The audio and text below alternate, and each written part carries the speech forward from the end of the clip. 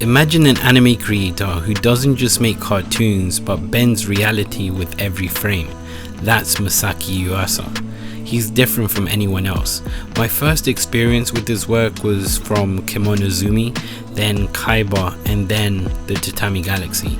Each one felt completely new, strange, emotional, and unforgettable. Yuasa showed me that anime could be weird, messy, and still deeply human. I'll never forget the first time I watched Kemonozumi. It's about a man called Toshihiko who comes from a family that hunts monsters, and he falls in love with Yuka, who is secretly one of those monsters. It's a simple story, but Yuasa makes it wild and emotional. The animation is messy on purpose, faces stretched, the movement is rough, but it feels real. You feel the love, pain, and danger in every scene. One critic said, Yuasa's style is raw and expressive, and that's exactly what I felt. Then I watched Kaiba, a sci-fi story where people move their memories into new bodies. The main character, Warp, wakes up without any memory of who he is, and he goes on a journey to figure it out. The world is colorful and strange, almost like a kid's cartoon, but the story is deep. It asks the big question, who are we without our memories? Can love survive when everything changes? It's weird but also beautiful and moving. After that came Tatami Galaxy, and this one really hit it for me. It's about a college student who keeps restarting his life to find the perfect version of it. Each episode he joins a new club hoping for happiness, but things never go the way he wants. The animation is fast and wild, but the message is deep. We can't control everything, but we can learn to enjoy the life we have. It felt personal, like it was speaking to me, and personally it's one of my favorite anime of all time. Yuasa also made Ping Pong the animation, and wow, it's not just about ping pong. It's about two friends, Peko and Smile, who grow up and face failure and learn to believe in themselves. The animation is sketchy and unique, but it works perfectly. Every match shows their feelings, not just the game, and by the end I was so engaged over a ping pong match. Yuasa knows how to make us feel something so real. Even when he worked on Adventure Time, which is one of my favorite TV shows in the new Cartoon Network era, and if people remember, I've been a Cartoon Network fan for a very long time, of course, just like probably a lot of us were, from their work like Powerpuff Girls, Codename Kids Next Door, Samurai Jack. Dexter's Laboratory. So many classics that Cartoon Network had under their belt, to the new era where we had Adventure Time and Regular Show and The Amazing World of Gumball, We Bare Bears. And although Adventure Time was already unique, he featured in an episode called Food Chain. And I remember my little sister watching it, and I said, whoa, that looks like Masaaki Yuasa's work. And she said, who? And I said, Masaaki Yuasa is like one of my favorite Japanese animators. And I said, that must be his work, because I was recognizing his style and the format and stuff, and I was like, it's so creative, only he could make it. That's how I knew it stood out to me. And in this episode, Finn and Jake turn into different creatures in the food chain, birds, plants, worms, and they sing their way through the circle of life.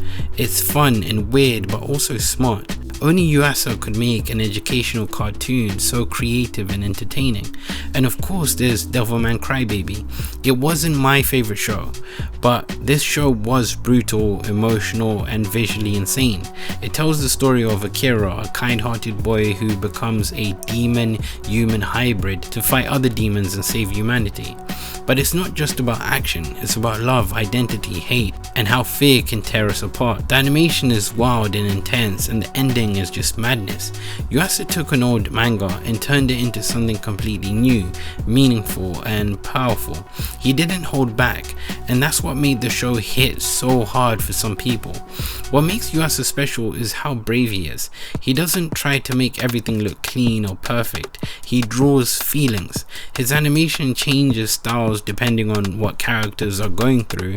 If they're sad, the world looks sad. If they're excited, the screen goes crazy. And Tatami Galaxy to me is basically his greatest masterpiece, I guess, because you could tell from how the color palette is thrown onto the screen. You can tell from the world around him and how it looks like. You can tell from the characters' faces whether it's stretched or drawn perfectly or something. You can tell the emotion he's trying to convey. He once said that movement is life, and his shows are full of life. I'm not saying that other anime legends aren't great. Miyazaki gave us Spirited Away, which even won an Oscar. Takahata made Grave of the Fireflies, one of the saddest and most powerful war films ever made. Shinkai created Your Name, a beautiful love story. Satoshi Kon gave us Perfect Blue and Paprika, which will mess with your mind. Yamada gave us A Silent Voice, and Katsuhiro Otomo's Akira changed anime forever. But Yuasa, to me, he's in a league of his own. Every show he makes feels completely different. He's done romance, sci-fi, comedy, sports, and he always brings something new to the table. He changes how time works, how the world looks, how people think.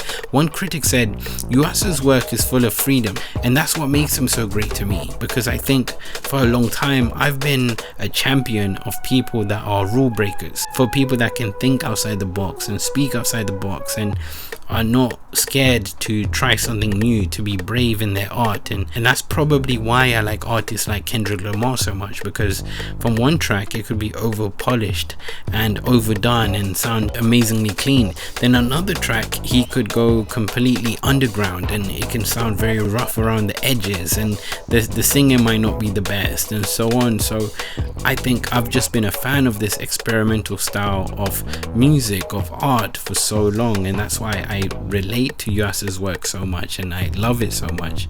But I think if I was to break it down, I'd say the real reason after all of this on why he's the GOAT is the heart in his stories. His characters aren't perfect, they're messy, scared, hopeful, just like us. Whether it's a monster in love, a college kid chasing his dreams, a ping pong player finding purpose, Yuasa makes us care.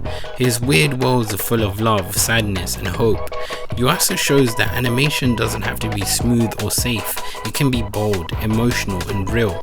And if you haven't watched stuff like Kemonozumi, Tatami Galaxy, or Ping Pong, go and do it. You'll laugh, maybe cry, but ultimately you'll see anime in a whole new way.